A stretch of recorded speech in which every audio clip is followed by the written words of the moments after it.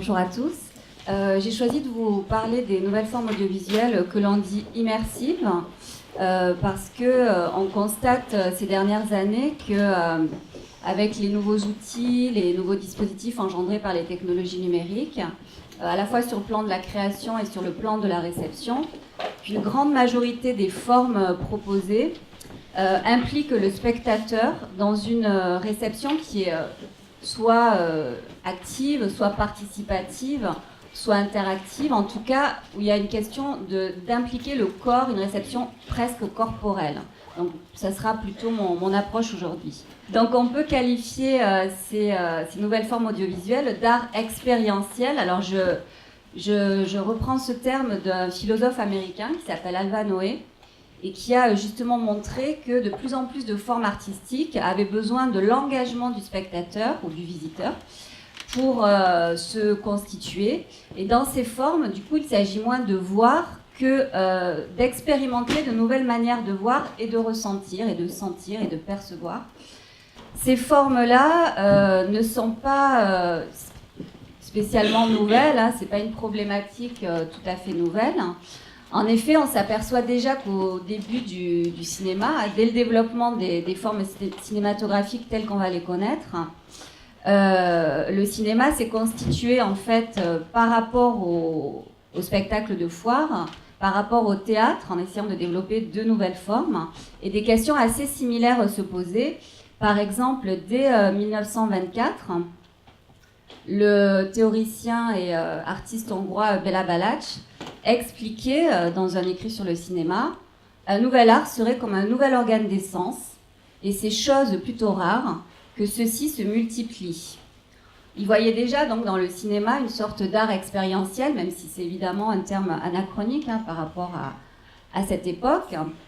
Et la majorité des avant-gardes des années 20 se posaient la question d'un autre type de cinéma déjà, notamment l'artiste avant-gardiste hollandais Theo van Doesburg en 1929, qui critique très fortement en fait les limitations de la projection cinématographique sur un écran rectangulaire, qu'il assimile à une régression vers la surface plane et bidimensionnelle du tableau comme dans la peinture. Et donc il critique la rigidité de ce cadre et préconise au contraire de déployer le cinéma dans l'espace réel.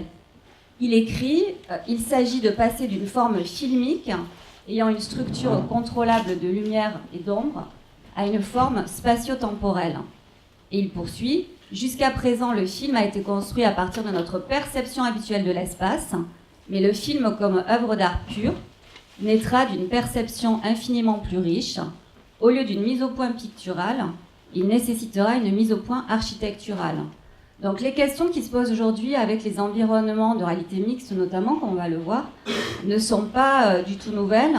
Et ça me paraît intéressant de voir que presque un siècle plus tard, on examine ces formes audiovisuelles qui éclatent le cadre traditionnel de la représentation et qui veulent précisément impliquer le spectateur. Alors Jean-Louis Weisberg parle de spectateur, cette idée de on va agir à l'intérieur d'une représentation. Alors on n'est plus d'un point de vue symbolique, mais vraiment d'un point de vue physique avec les dispositifs de réalité virtuelle, les applications de réalité augmentée et les environnements de réalité mixte. Donc il me semblait que c'était intéressant pour initier ce cycle de conférences de comprendre les enjeux de ces formes actuelles en les redéfinissant d'une part par rapport aux technologies employées, mais surtout en les replaçant dans un contexte historique. Juste pour poser les différentes formes possibles, les lister en quelque sorte. Vous avez évidemment, on a vu se développer depuis un certain temps la vidéo 360. Alors qu'est-ce que c'est? Assez simple, vous connaissez tous, c'est l'enregistrement d'un espace réel avec des caméras qui permettent de filmer en 360, des caméras GoPro par exemple, pour les caméras peu performantes au grand public. Et restituer ces images dans un panorama sphérique. Donc souvent on appelle ça de la réalité virtuelle, mais ça n'en est pas, parce que d'un point de vue strict, il n'y a pas de construction d'un espace de synthèse, il n'y a pas vraiment d'interaction, bouger la tête à droite, à gauche, ou bouger l'image avec son doigt, c'est assez passif finalement comme réception.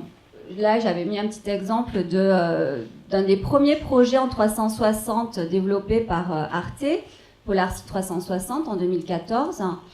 Ce projet fait partie d'un projet, ce film en 360 fait partie d'un projet un peu plus global avec un documentaire à l'antenne, un site internet et justement une application pour casque de réalité virtuelle. Donc on pouvait voir ce documentaire, c'est-à-dire on va aux confins de l'Arctique comme si on y était. Le comme si est assez important dans ces formes-là. Et Arte ensuite développera justement une appli spécifique pour voir du contenu 360.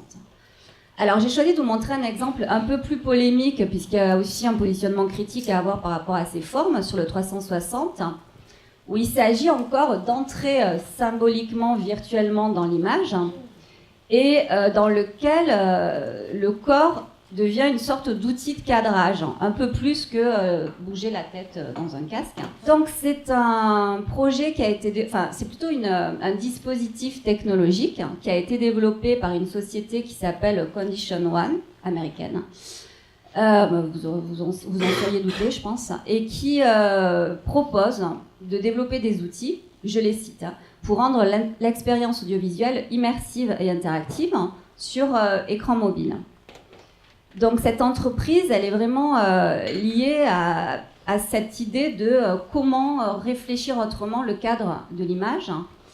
Et on va bouleverser totalement le rôle du spectateur puisqu'ils offrent la possibilité au spectateur de contrôler instantanément le champ de vision, le cadre et l'échelle de l'image, soit en bougeant le doigt sur la tablette, bon ça c'est assez simple, soit en bougeant la tablette dans l'espace, comme si on cadrait avec une caméra sur un lieu réel. Évidemment, c'est avec le gyroscope intégré de la tablette que l'on peut comprendre la position et du coup donner l'image qui correspond à cette position.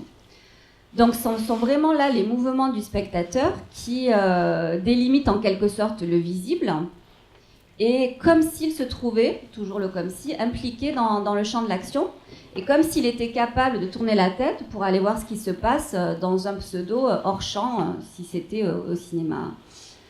Donc, ce qui est problématique à mon sens, c'est que la première expérience pour vendre leur technologie, qu'ils vont montrer au public, c'est My Freedom or Death. C'est un film de Patrick Chauvel, qui est un photojournaliste français. Et on nous plonge dans la guerre civile en Libye. Ça date de 2011, donc c'est un système assez précurseur, c'est pour ça que je voulais vous le montrer. Il filme la tablette.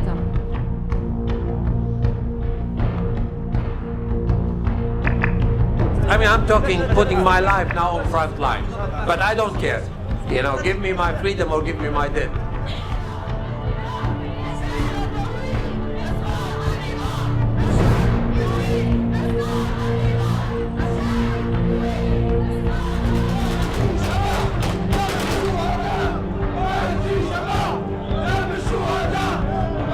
They are just asking to be free, to be human, to have dignity, to live like any other people, not under this fucking dictator.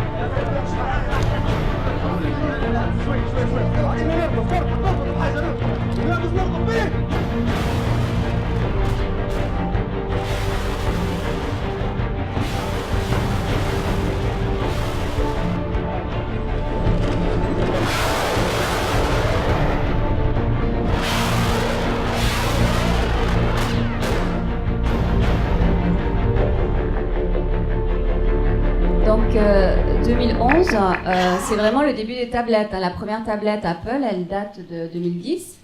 Moi, j'ai fait tester ce projet à plein de gens autour de moi et la première réaction de la majorité des gens à qui j'ai fait tester ça en 2011, c'est « Waouh, c'est rigolo! Waouh, trop drôle! Ah, c'est dingue !» C'est-à-dire qu'ils sont juste dans la jouabilité de la tablette et de voir comment l'espace de représentation change, et pas du tout dans le fond du film. Donc ça pose quand même pas mal de problèmes, d'autant que le concepteur du projet, Dan Fung de Ness, qui est par ailleurs documentariste de cinéma, il a eu des films qui sont passés aux Oscars, il dit il s'agit avec ce dispositif de faire fusionner l'éthique, la méthode et l'esthétique du photojournalisme avec le processus cinématographique de la réalité virtuelle. Et il ajoute c'est une nouvelle forme d'écriture qui, au lieu d'ouvrir une fenêtre pour entrevoir le monde, essaie d'amener le spectateur dans ce monde. Et il ajoute encore une couche en disant que pour lui, les technologies numériques sont un médium efficace pour révéler la vérité. Bon, là, on pourrait s'arrêter pendant 2 heures pour discuter de ce projet. En tout cas, l'idée, c'est quoi? C'est offrir au spectateur une image qui déborde du cadre traditionnel, qui s'étend potentiellement de façon dynamique, jusqu'aux limites physiques du champ visuel humain. On voit bien que là, toute la relation champ-hors-champ qui est constitutive au cinéma et la question du montage est totalement balayée, puisque on est dans une logique exacerbée d'omnivision et il n'y a plus du tout de point de vue dans l'image. Et par rapport à un sujet de ce domaine-là, la guerre, c'est assez problématique qu'il n'y ait pas de point de vue d'auteur précisément.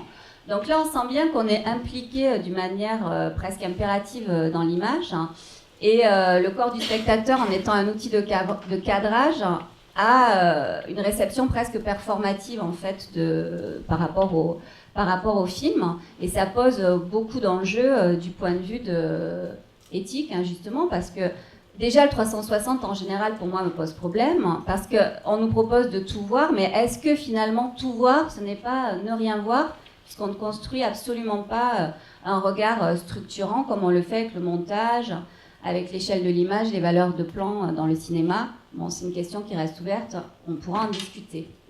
Pour continuer dans les technologies actuelles innovantes, en tout cas qui proposent des formes innovantes, bon là un exemple que j'adore, hein, des trucs que je n'aime pas et d'autres trucs que j'aime dans ma présentation. Alors là c'est pour aborder la notion de réalité augmentée. Donc bon, vous savez que c'est une technique qui consiste à superposer des données virtuelles en 2D ou en 3D en temps réel dans l'espace réel, mais que ces données, elles vont être vues à travers un écran tiers. Alors, soit une tablette, un smartphone, ou à l'époque des Google Glass, des lunettes. Donc, j'ai choisi de vous montrer c'est une exposition qui a eu lieu à Albi, Mirage et Miracle, entre autres, de la compagnie Adrien M et Claire B en 2017. Je la montre en même temps, j'explique. Donc, c'est une série d'installations qui mêlent des dessins augmentés que l'on voit à travers une tablette qu'on en distribue à l'entrée et des dispositifs d'illusion holographique. L'idée étant de montrer que finalement le numérique, c'est pas une technologie froide, ça peut on peut réfléchir au merveilleux, à la magie du numérique. C'est un peu ça l'idée qu'ils ont voulu développer, et notamment ils parlent d'animisme numérique, et ils essaient de réfléchir aux frontières entre le vrai, le faux, l'animé, l'inanimé, l'authentique et l'imposture, et le mirage et le miracle. Donc c'est une proposition qui me paraît extrêmement intéressante. Donc je l'avais choisi de vous la présenter. Quelqu'un l'a peut-être vu d'ailleurs, c'était pas loin d'ici. Non? Personne? Dommage. Donc là, c'est un peu trompeur le teaser, on a l'impression qu'on voit ça sans écran tiers, mais non, on a une tablette dans les mains et le bonhomme est sur notre tablette. Vous comprenez?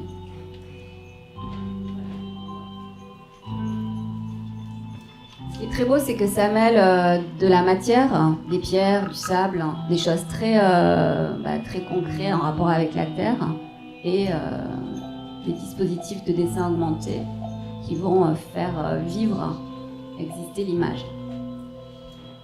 C'est très beau, comme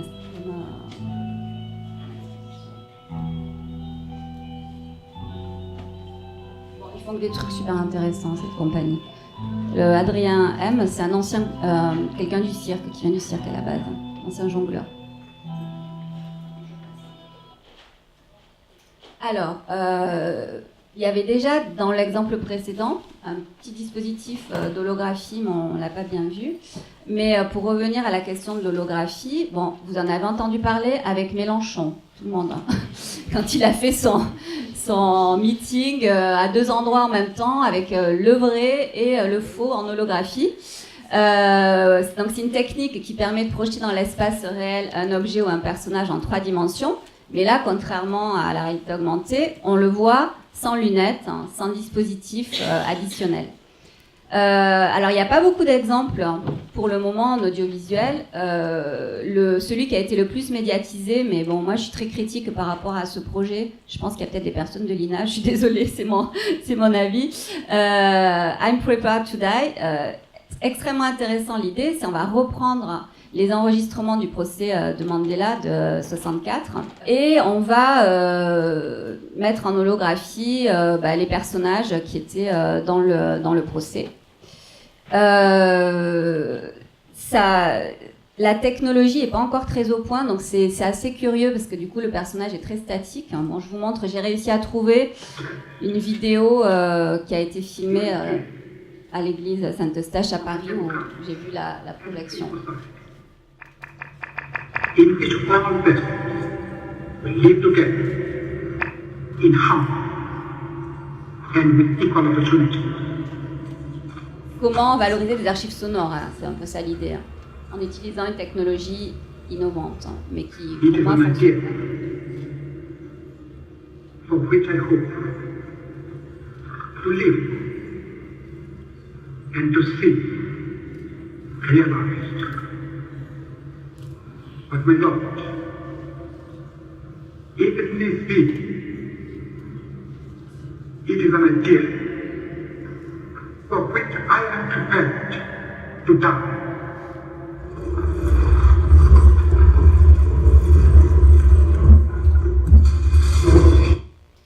Donc c'est un discours assez historique, donc c'est intéressant de le replacer dans un autre contexte. Mais bon, moi, quelqu'un l'a vu peut-être en vrai ? Vous avez trouvé ça? Ah voilà, on pourra en discuter. En fait, donc le personnage est à taille réelle, mais ça désincarne. Au lieu d'incarner, moi je trouve que ça désincarne totalement la parole. Bon.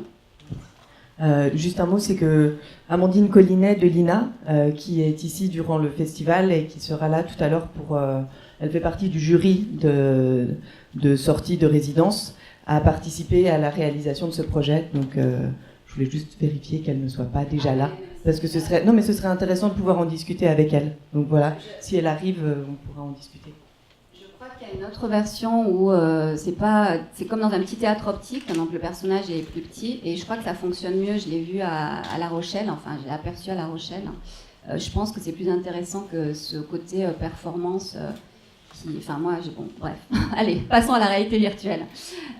Donc la réalité virtuelle, ça s'est développé ces 3-4 dernières années dans le secteur audiovisuel et cinématographique. En fait, l'année 2014, elle a été assez décisive pour la VR parce qu'il y a une forte médiatisation. Vous vous souvenez sans doute du rachat de la société Oculus par Facebook pour 2 milliards d'euros. Et il y a eu plein de créations de sociétés spécialisées dans la VR.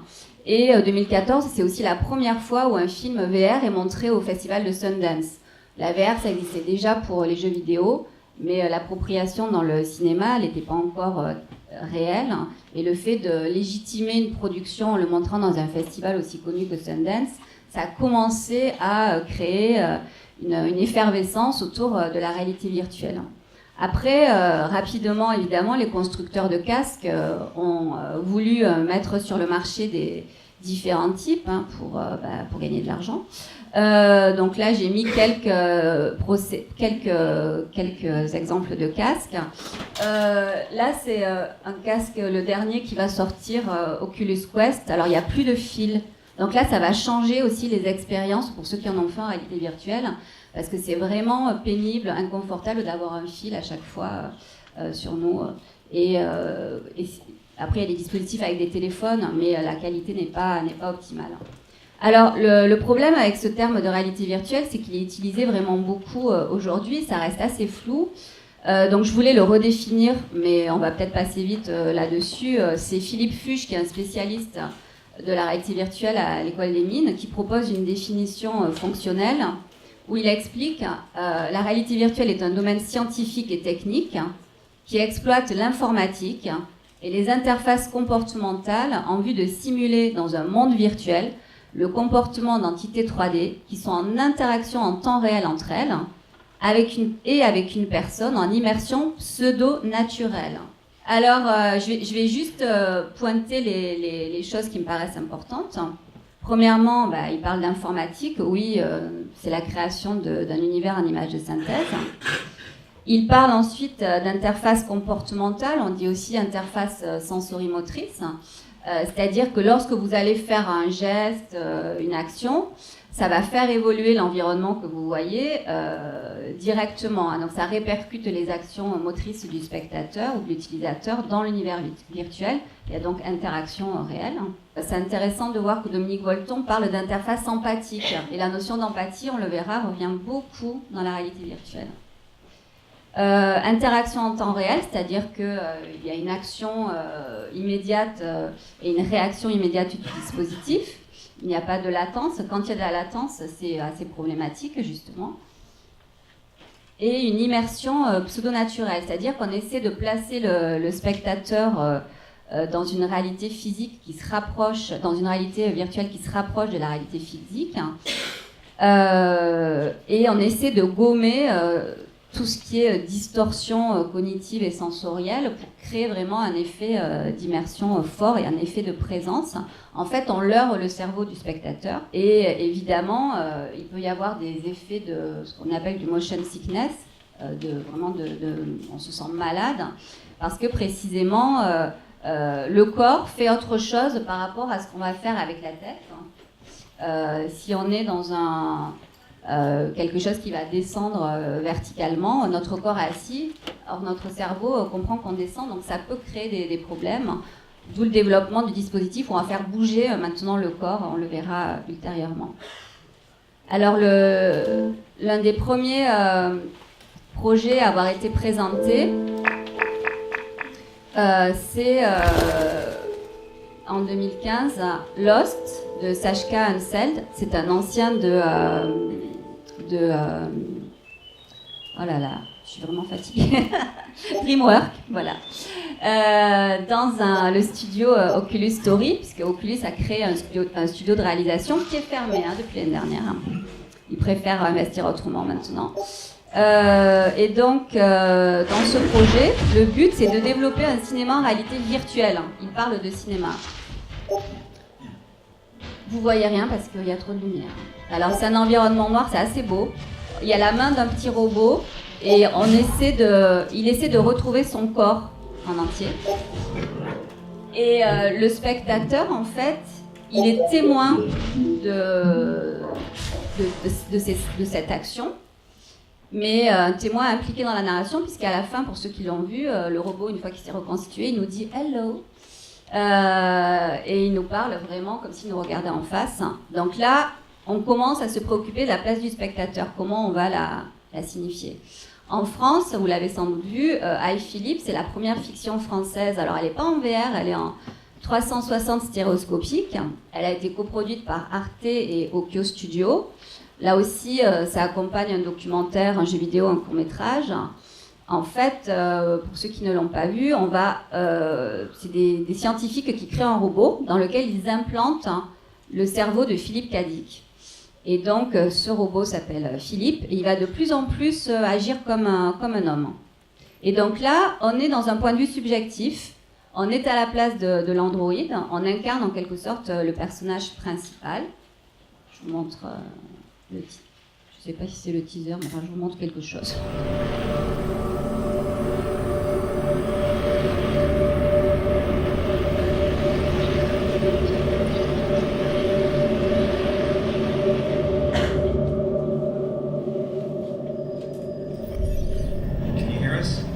I hear you perfectly well, David. Can you tell me your name? My name is Philip, but everybody calls me Phil. When were you born, Phil? I was born on December 16th, 1928. Where? in Chicago, Illinois.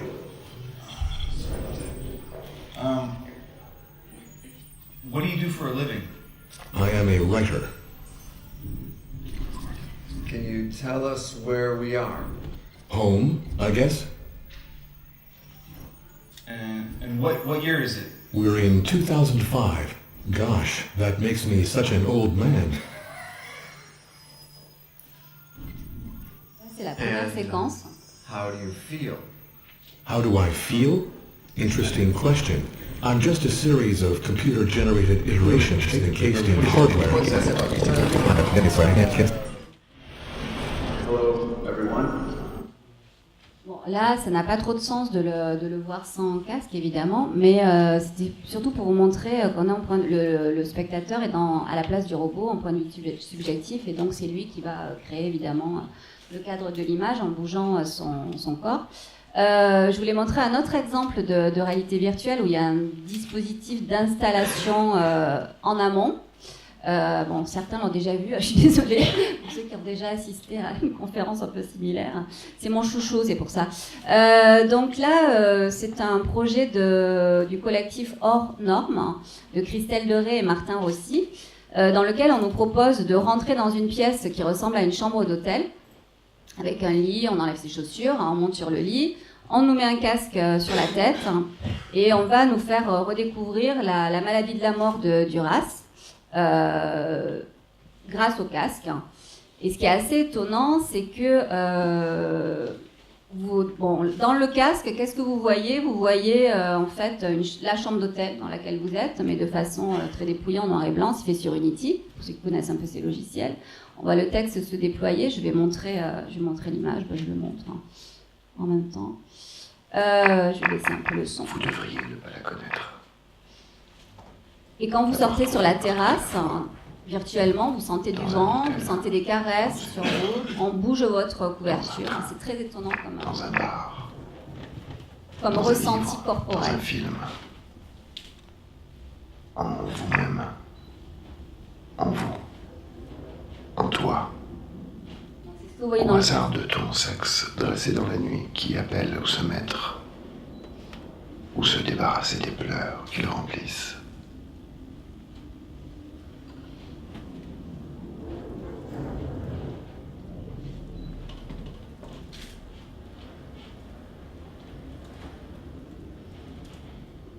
Ne mentez plus.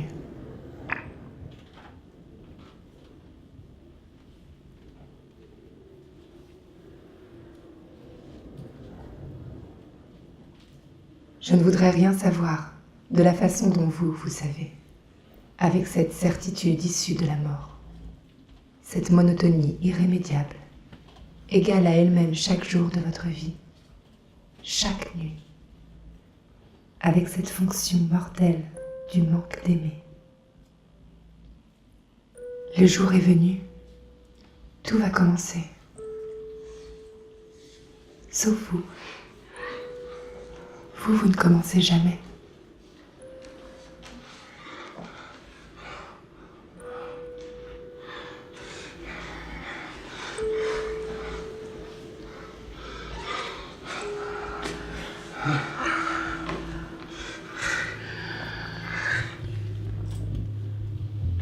Donc là, quand vous arpentez virtuellement le balcon, vous sentez vraiment comme des embruns sur vous.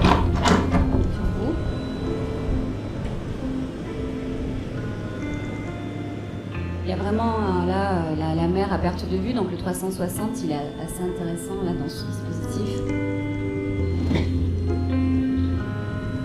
Et donc comme le corps est impliqué de façon réelle, c'est pas seulement une simulation puisqu'on vous touche à des moments, enfin c'est assez curieux comme sensation, ça perturbe vraiment la réception. On sort de là vraiment un peu bousculé. Donc c'est intéressant parce que c'est comment essayer de proposer de la lecture autrement que par un ouvrage. Moi j'étais assez dubitative parce que par ailleurs j'adore Duras, mais j'ai trouvé le projet très cohérent et très intéressant. Pour continuer avec les technologies, bon, c'est la dernière que je présente, les environnements de réalité mixte. Vous avez déjà dû entendre parler de réalité mixte. c'est le fait d'ajouter des objets 3D dans l'environnement réel avec lesquels on peut interagir. Et ces éléments sont visibles grâce à des lunettes ou alors vous êtes dans un dispositif dans une pièce. Et là, vous avez des lunettes seulement pour voir le relief. On va le voir tout à l'heure. Donc, c'est les fameux casques HoloLens. Vous voyez, c'est une vitre. On n'est pas enfermé comme dans un casque de réalité virtuelle. On voit l'extérieur en même temps. Là, c'est Magic Leap. C'est une autre société qui développe ça. Donc, il n'y a pas vraiment d'écran. C'est une surface transparente qui vous permet de voir ces éléments représentés. Alors j'ai pris 2 exemples. Là c'est un développeur qui a repris une séquence de The Ring, le film d'horreur de 2002, en réalité mixte. Et donc là c'est vu de l'intérieur du casque. Donc dans un vrai bureau, on est dans un vrai bureau. C'est ça la réalité mixte. On va être dans l'espace réel et on va contaminer l'espace réel avec des personnages, des objets virtuels.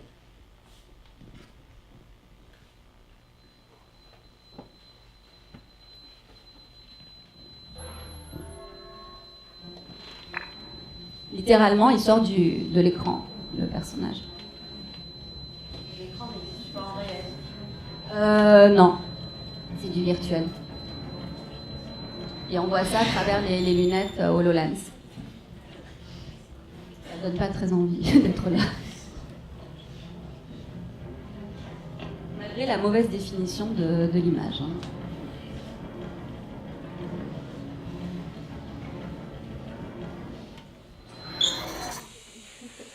Il y a vraiment l'idée de la contamination des espaces. Autre exemple, beaucoup plus cher, parce que ça a été développé par Lucasfilm avec Magic Leap, c'est rentrer dans l'univers Star Wars en important des androïdes dans notre lieu réel. On voit que le travail de l'image est ultra défini là.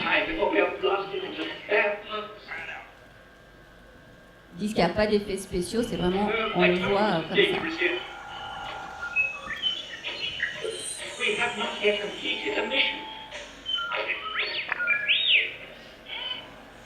Est-ce que c'est cohérent d'avoir dans son propre appartement des robots de Star Wars? Je ne sais pas. Mais en tout cas, on cherche des formes pour adapter à ces technologies. Autre système de réalité mixte, cette fois c'est plus avec des lunettes, et ça existe depuis très longtemps, c'est avec des lieux réels, soit une salle cubique, soit une salle sphérique, selon si c'est l'Advi ou le Cave, dans lequel il y a un système de tracking qui suit les mouvements du spectateur, et vous pouvez interagir du coup avec l'image, et il y a un rendu en relief de l'image, donc vous avez des lunettes, mais des lunettes pour voir le relief un peu comme au cinéma. Alors là, j'ai choisi un exemple que j'aime beaucoup, qui s'appelle Scénario. C'est un projet de l'Université New South Wales d'Australie, 2010. Donc là, c'était pour montrer un peu le dispositif. Je vais quand même rapidement montrer les choses.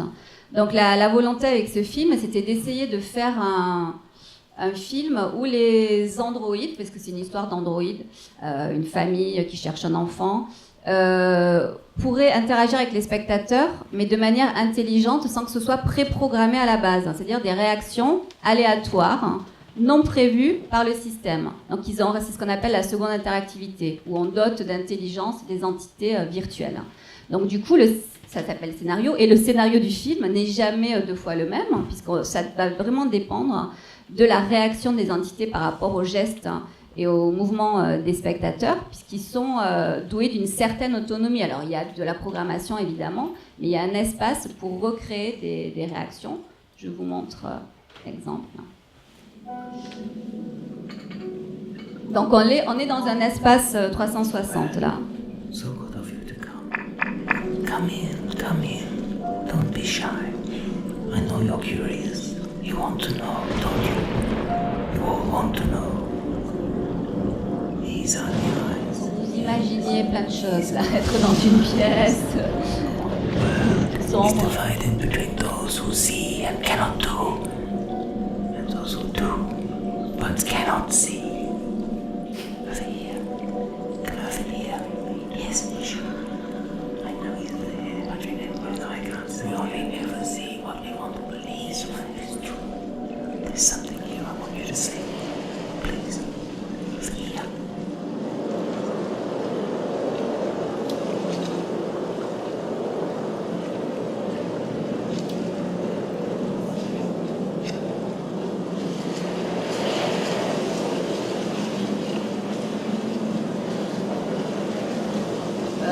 l'aspect un peu négatif, c'est que c'est très cher de déployer un dispositif comme ça.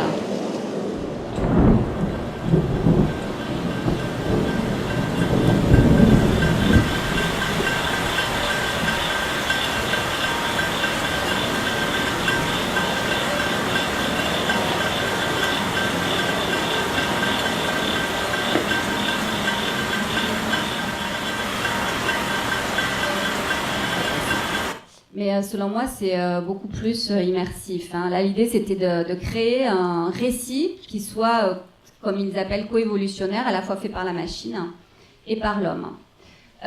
Donc, toutes ces technologies, on les regroupe sous un nouveau terme, là, qui s'appelle XR, Extended Reality, réalité étendue. La grande majorité des discours, évidemment, mettent en avant l'innovation absolue, le fait que ce soit des innovations justement de rupture.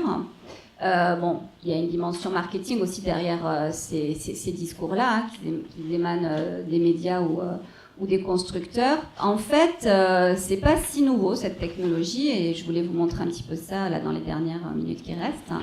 Elle s'inscrit dans une continuité technologique. Si on se place dans une histoire élargie des arts, une histoire qui dépasse le seul cinéma, mais qui emprunte aussi aux arts numériques, au théâtre, à la performance, à la danse. Et évidemment, elle réactualise un certain nombre de questions qui se posaient déjà depuis longtemps. Questions autour de la représentation, du réalisme, du rapport au réel, de la matérialité ou de l'immatérialité de l'image, et évidemment la question de l'immersion, de la réception et de la posture spectatorielle. Alors je vais aller un petit peu vite hein, parce que j'avais encore plein de choses à vous montrer. Le premier dispositif qui essaie de faire de la réalité virtuelle, c'est 1950. C'est le Sensorama de Morton et Leigh qui permet donc de rentrer c'est un peu l'ancêtre aussi des dispositifs arcade. On rentre dans cette cabine, on s'installe sur un siège qui bouge.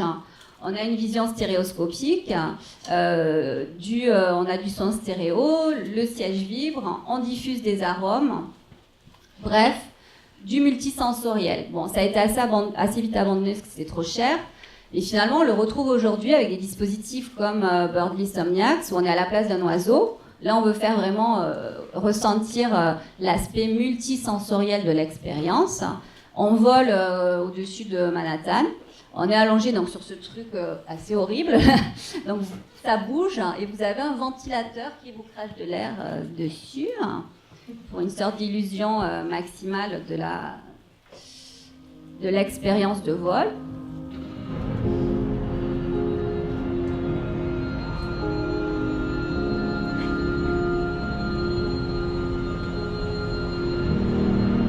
C'est au MK2 à Paris VR, hein, si vous voulez tester cette chose. Mais là, on n'est pas trop malade, hein, parce qu'on bouge en même temps que la représentation qu'il y a des mouvements. On compense par rapport au cerveau. Vous vous en doutez. Un autre dispositif plus intéressant, c'est Mundu Runku, qui propose une installation. On rentre dans une bulle et on met un casque virtuel. Et on va découvrir une ethnie amazonienne du Brésil. On est dans une sorte d'œuf comme ça. Et on a des essences de parfum. Donc l'olfactif est sollicité. À un moment donné, le chef du village il nous présente un bol et on va toucher un bol réel chaud. Donc là, c'est raconter du documentaire de façon un peu multisensorielle. C'était très récent. Bon, je passe vite sur l'évolution des casques. Ça n'a pas trop d'intérêt. Voilà là où je voulais en venir. Donc si on se place dans une perspective large, moi je crois que les filiations techniques directes de ces dispositifs d'illusion remontent au 19e siècle. Et par exemple, le kinétoscope conçu par Edison en 1891, qui permettait de simuler un dessin animé à partir de photos, me paraît être un ancêtre en tout cas des dispositifs un peu arcade. Là il y avait du son, on le voit avec les espèces d'écouteurs. Tous les jouets optiques sont aussi, me semble-t-il, peuvent être considérés comme des précurseurs. Là c'est le praxinoscope d'Émile Reynaud. Donc on fait bouger et avec il y a un tambour avec un axe central avec des miroirs et on crée l'illusion d'un mouvement du cheval au galop. Il va rajouter un projecteur un petit peu plus tard pour créer un théâtre optique. là encore, avec l'idée d'illusion. Mais ces dispositifs sont prolongés aussi de façon plus contemporaine. Là, c'est une installation de Jeff Guest, un artiste australien, From Hand to Mouth, dans lequel le spectateur doit rentrer au milieu de ce rouleau de photos qui mesure 7 mètres de diamètre. On a en haut des éclairages, donc on est dans un espèce de faisceau lumineux. Et donc le corps du spectateur, en quelque sorte, appréhende les images d'une manière particulière.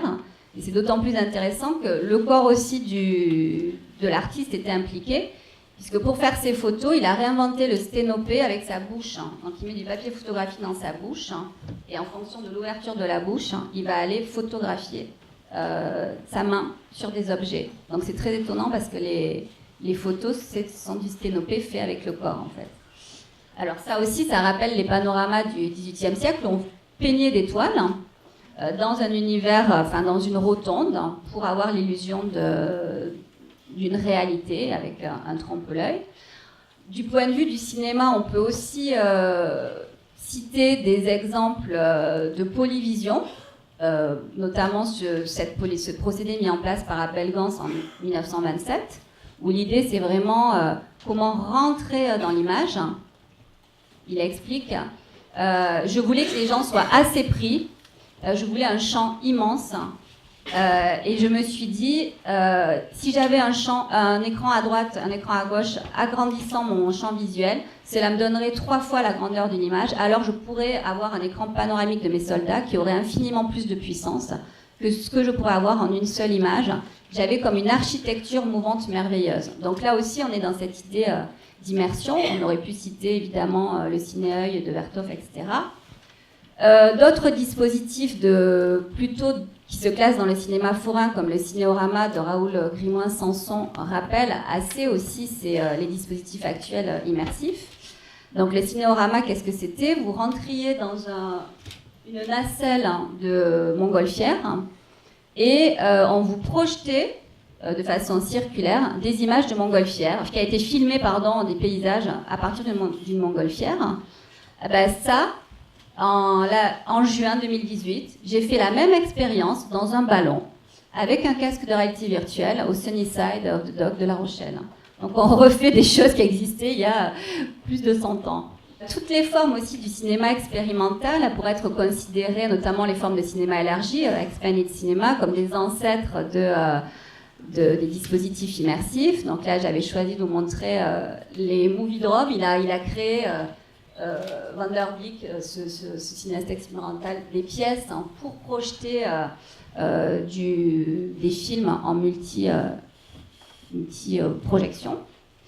Je trouvais ça intéressant aussi de vous parler d'Anthony McCall qui, dans les années 70, a fait toute une série de films de lumière solide, sans caméra et sans écran, où il utilise juste la projection et des fumigènes. Là, dans Line Describing a Cone, en fait, si vous restez tout le temps de la projection, vous allez avoir un cercle blanc qui se dessine au fur et à mesure. Et les fumigènes permettent de créer en fait un espace concret, architecturé en fait de l'image. Et c'est assez étonnant parce qu'on peut jouer avec cette fumée-là, et donc le corps est vraiment immergé dans la représentation. Mais déjà, les arts numériques avaient exploré dès les années 90 la question de l'immersion avec un dispositif Cave dans une pièce. C'est un projet extrêmement intéressant de Maurice Benayoun, qui est un artiste français, qui s'appelle World Skin, a Photo Safari in the Land of War. Donc on va aller se promener dans des paysages de guerre. Là vous avez les visiteurs qui ont un appareil photo à disposition. Et on peut prendre des photos dans l'image, et à chaque fois qu'on prend une photo dans l'image, ça prélève l'image, la peau de l'image. Et il n'y a plus rien. Évidemment, c'est pour réfléchir à la question de la représentation de la guerre en photojournalisme. Je vous montre. Alors, l'espace a été fait à partir de différentes images prises dans des situations de guerre à des endroits différents. Donc, ça ne correspond pas à une situation de guerre, mais à toutes les situations de guerre.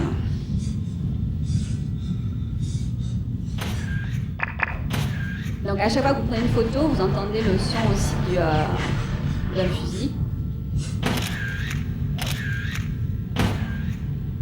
Et il explique ce qui est en jeu ici. C'est la place de l'image dans notre prise de possession du monde. Les réalités les plus crues, les plus brutales sont réduites dans notre perception à l'état de surface émotionnelle. L'appropriation, l'appréhension, la compréhension du monde, c'est une capture. Capter, c'est s'approprier. Tirer, prendre sur un support matériel, prendre, c'est enlever. L'image neutralise le contenu. Les médias ramènent tout au même plan.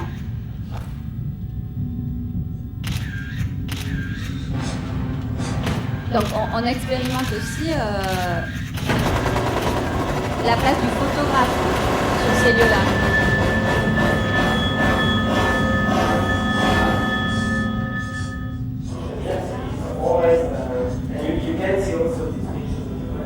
Ça c'est le dispositif. Donc alors j'avais plein de choses à vous montrer encore, et notamment des projets sur la guerre qu'on aurait pu mettre en regard de ce projet-là. Ça aurait été intéressant de discuter. Mais je vais essayer un peu de synthétiser les enjeux liés à ces formes. Donc, on voit que toutes ces formes, enfin, j'essaie de montrer ça, engagent le corps du spectateur d'une manière assez inédite. Donc, on questionne évidemment la réception et la représentation, en remettant en cause, nous, ce qu'on peut connaître dans le cinéma, tous les éléments constitutifs du cinéma, le champ, le hors-champ, le montage, le point de vue, la focalisation. La notion de point de vue, elle me paraît vraiment déterminante pour comprendre et critiquer aussi ces formes-là. Elles s'inscrivent dans un processus que Richard Gruzin et David J. Bolter ont défini comme un dispositif de remédiation.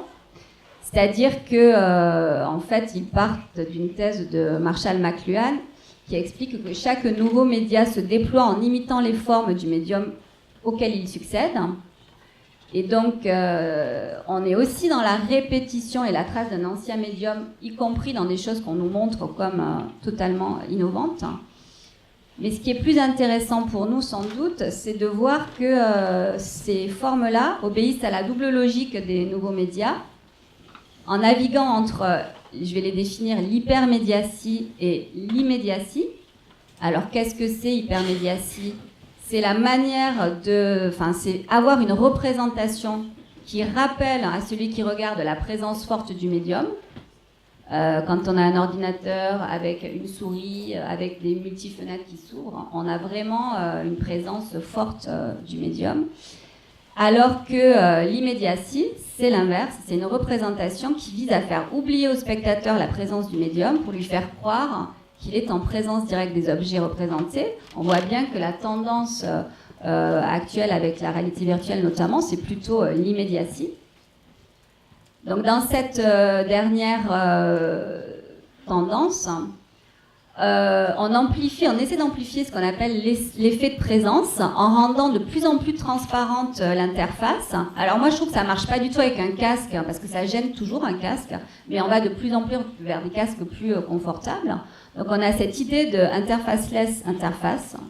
Il n'y a plus d'interface, on est vraiment face à la représentation directement et on dissout au maximum la frontière entre l'espace réel du spectateur et l'espace virtuel de la représentation. On appréhende quelque chose qui est parfois perturbant en réalité virtuelle, c'est ce qu'on analyse en anthropologie comme la double unité, puisqu'on a, comme si on avait un corps dédoublé, un corps virtuel qui agit avec la représentation et un corps réel qui est souvent assis sur une chaise, et ça c'est sur un tabouret qui tourne, et c'est assez problématique pour moi. Et donc on a cette double unité à la fois de la conscience et du corps.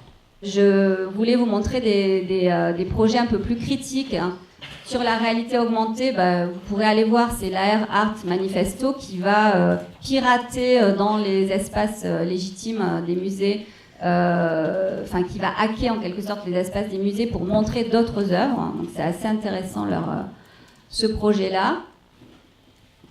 Je vais finir sur un truc plus... Un projet aussi vraiment intéressant, c'est Alpha Loop d'Adelin Schweitzer qui travaille, il est en cours, qui travaille la réalité altérée et non pas augmentée. Donc ça questionne avec le téléphone portable un usage différent du téléphone portable pour altérer notre réalité, notre perception de la réalité. Et ça mêle de la performance en live, du théâtre et des dispositifs immersifs. Je ne sais pas quoi faire pour conclure, hein, parce que j'ai beaucoup trop de diapos encore. Là, juste vous dire que ce qui me paraît intéressant dans la réalité virtuelle et qu'on pouvait questionner, c'est l'exploration du réel. Parce qu'en fait, on voit qu'avec ces nouveaux médias, outre la répétition, la transparence, un autre phénomène caractéristique, c'est créer une pseudo-proximité avec le réel et produire des images, des représentations du monde pour offrir un accès plus direct au réel. On l'a vu avec plein d'exemples précédents. Là, il y a vraiment différentes postures et ce qui est important, c'est de voir quelle forme on va développer pour signifier pour signifier quoi, parce que c'est ça. Est-ce que ça va être signifiant en soi? Alors je vais peut-être juste finir sur la vraie conclusion que j'avais. Donc là, ça c'est mon chouchou, Limbo, sur l'exploration du réel. Et je vais juste conclure. Alors ça c'est mon pas chouchou. Voilà, la question qui se pose avec le projet d'Iñárritu sur l'exploration du réel, donc vous en avez entendu parler, mais personne n'a fait l'expérience, enfin très peu, parce que c'était... Excusez-moi, je n'en ai pas entendu parler. Ah, alors, en fait, c'était à Cannes, il y a 2 ans. C'est dans un grand espace, une sorte de hangar, où il va y avoir 3 temps. Un temps où on rentre dans une pièce où on nous enlève nos chaussures, on nous met un sac à dos. Le sac à dos, c'est là où il y a le dispositif pour avoir la réalité virtuelle. Il y a un ordinateur, en fait. Et dans cette pièce, on voit des vêtements déchirés, des carcasses. En fait, c'est des éléments qui ont été prélevés dans le désert mexicain réel, là où les Mexicains essaient de traverser pour aller aux États-Unis. Donc, des éléments réels. La seconde pièce, c'est ça. Vous rentrez dans un espace tout noir avec votre casque sur la tête, vous marchez pieds nus dans le sable avec votre sac à dos et on vous met dans la peau des migrants. Enfin, c'est ça qu'il a voulu faire, il explique, Alejandro González Iñárritu.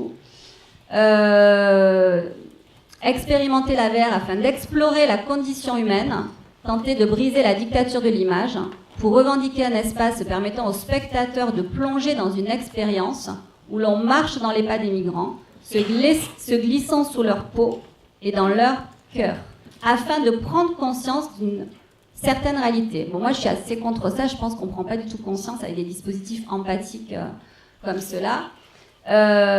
Parce qu'en fait, on est vraiment dans la spectacularisation.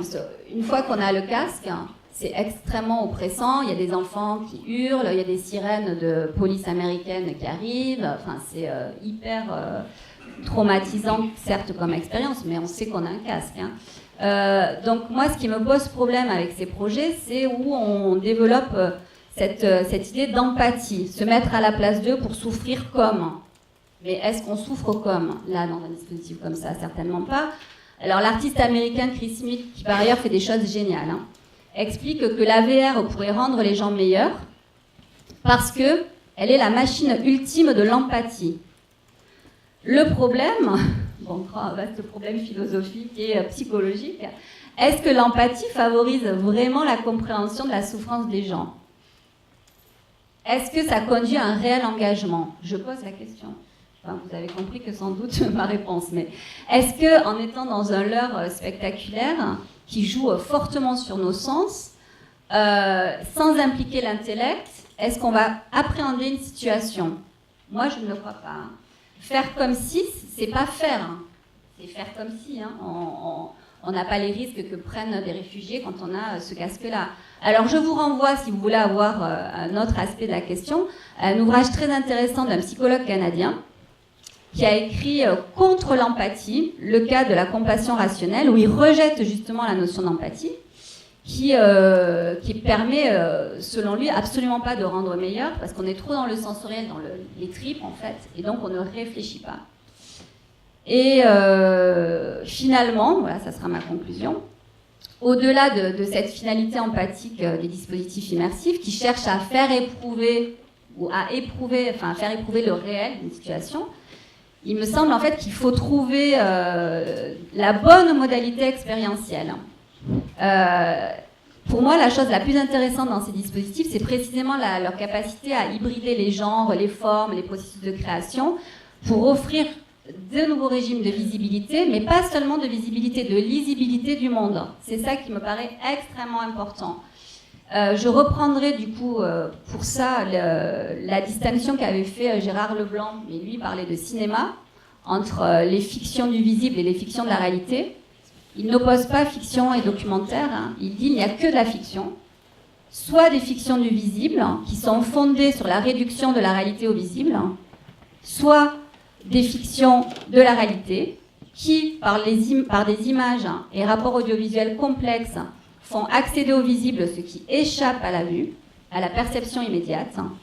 Il s'agit dans ces fictions de produire le visible de ce que l'on ne voit pas et de donner une signification nouvelle. Alors on pourrait rajouter dans la liste, puisque lui parle de montage, de cadrage, etc., on pourrait rajouter, pour la réalité virtuelle ou réalité mixte, les formes d'immersion et d'interaction qui peuvent créer des significations nouvelles. Et là vraiment j'arrête. Il me semble que ce projet, qui est un projet de journaliste, voilà, ça n'a d'ailleurs aucun. Je vois quand j'ai dit ça. C'est très bien les projets du journaliste. Présenté dans The Guardian, j'en ai fait l'expérience avec un casque. Il me paraît vraiment intéressant par rapport au projet d'Iñárritu ou d'autres. Puis il y en a beaucoup, on se met à la place des réfugiés ou des migrants. Limbo, vous pouvez le faire, enfin si vous avez un casque évidemment c'est mieux, mais vous pouvez le voir sur le site du Guardian. On nous met, alors on n'a pas une place on est observateur. On n'est pas à la place d'eux, on n'est pas témoin impliqué, on est juste observateur. De quoi ? De la réalité des sans-papiers qui arrivent, des demandeurs d'asile, pardon, qui arrivent au Royaume-Uni et qui attendent des mois et des mois une décision administrative quant à leur statut. Donc, pendant ces mois-là d'attente, ils n'ont pas d'existence. C'est comme s'ils n'existaient pas. Ils sont dans les limbes et ça donne ça. You didn't choose this city.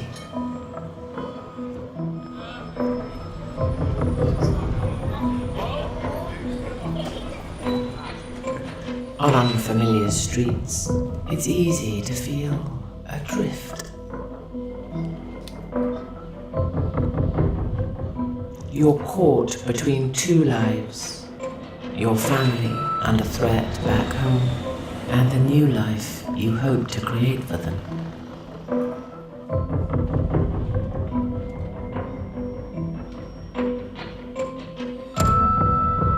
Vous voyez pas grand chose, mais vous voyez qu'il y a un traitement graphique très particulier, hyper minimaliste en noir et blanc, fait comme avec des points, qui du coup n'attribue pas une réalité forte à l'espace.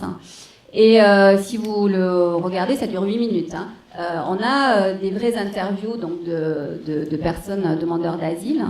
Et je trouve que c'est un projet extrêmement intelligent. Ça crée une signification nouvelle en proposant un nouveau régime de visibilité. Voilà, je n'ai pas d'action à The Guardian. Merci beaucoup. Si vous avez des questions, des remarques, n'hésitez pas.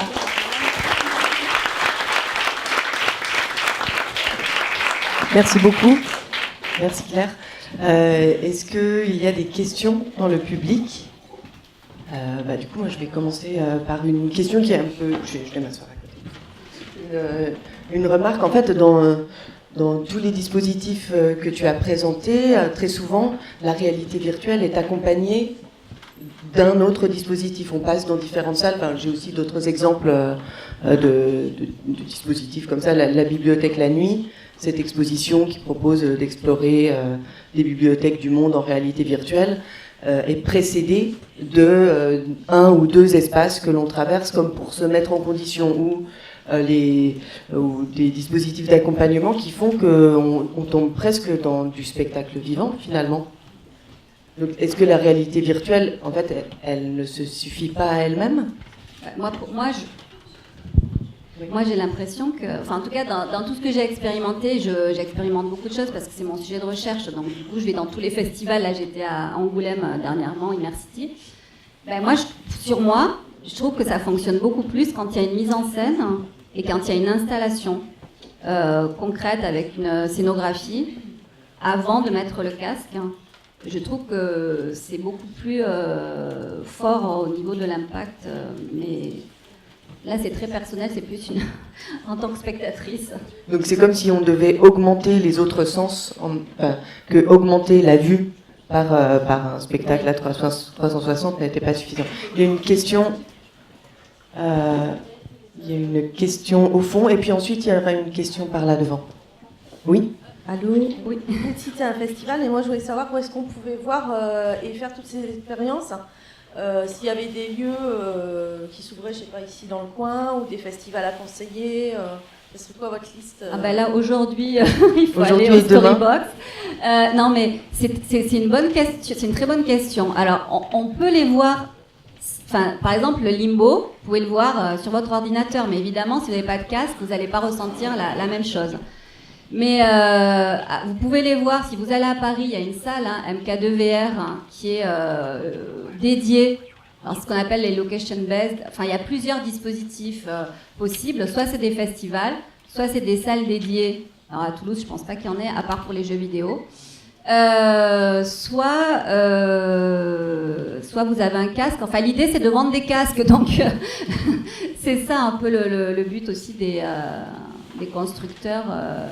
Il y a des casques qui sont sortis à moins de 300 €, des casques assez performants. Enfin, moi, je trouve ça problématique, mais c'est vrai qu'on ne peut pas trop les voir, surtout quand il y a une installation. C'est que dans les festivals. En fait, voilà. Le Arles, Paris, New Images, Venise, là, il y a les plus gros projets. Cannes, il y en a un peu. Tribeca, voilà.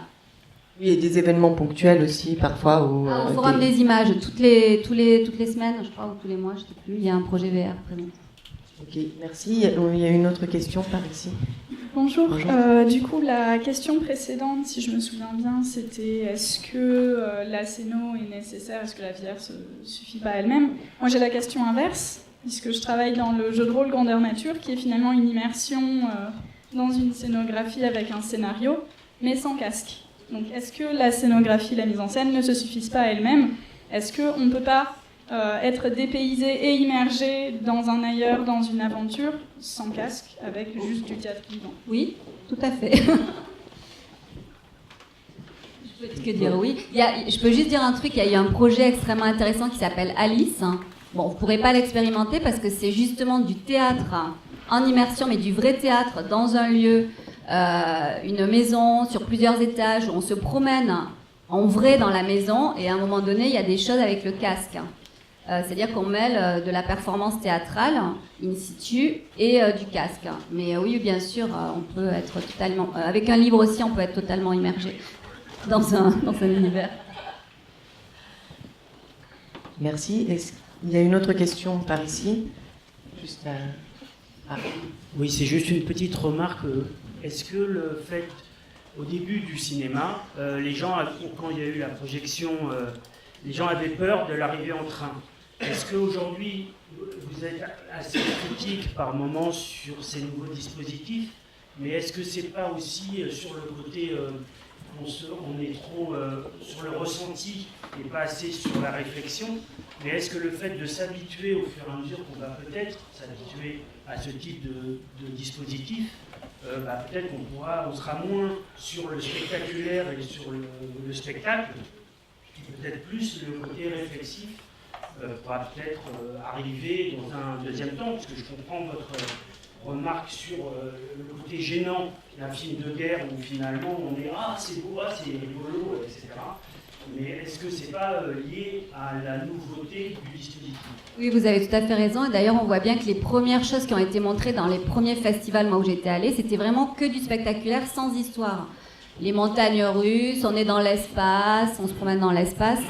Et petit à petit, il y a quand même des projets extrêmement innovants, notamment en fiction, qui sont sortis, comme Altération de Jérôme Blanquet. Enfin, il y a plein de choses vraiment intéressantes. Et effectivement, maintenant, quand je fais faire le test à des étudiants avec l'écran mobile, enfin la tablette et Condition One, ils disent plus waouh, ça les impressionne plus le dispositif en lui-même. Donc vous avez tout à fait raison. Mais il y a les deux tendances parce que, ok, les projets financés par Arte, par France Télé, il y en a beaucoup par le CNC, vont de plus en plus dans ce sens de la réflexion, des projets vraiment construits de façon intéressante où l'interface a un sens. C'est ça en fait le problème. Que la technologie, l'interface a un sens. Mais il y a aussi tous les projets dans des sorte de parc de jeux, divertissement. Aux États-Unis, ils ont ouvert un parc justement sur tout l'univers de Star Wars. On a le casque et en même temps on est dans de l'animation comme Disney, quoi. Donc il y a les deux tendances. Merci. Peut-être oui. Une dernière question très rapide. Oui, bonjour. C'était pour poser une question, parce que là, on a vu beaucoup d'installations et d'œuvres qui mettaient le spectateur face à l'œuvre, mais toujours seul dans une expérience individuelle. Est-ce qu'il y a des exemples d'installations ou d'œuvres qui sont interactives entre les spectateurs aussi et qui créent une sorte de lien social entre eux? Oui, il y en a. Et le Iñárritu, on est plusieurs dans l'expérience. Du coup, on peut tamponner quelqu'un. Dans Duras, on est couché à côté de quelqu'un qu'on ne connaît pas, dans un lit. Il y en a plusieurs. Après, des interactions entre les spectateurs, là, oui, mais dans des jeux, dans des dispositifs de jeu. Là, oui, beaucoup. Merci beaucoup, Claire. C'est passionnant et on constate que ces dispositifs suscitent beaucoup de questions. Donc, je vous remercie toutes et tous d'avoir participé à cette conférence.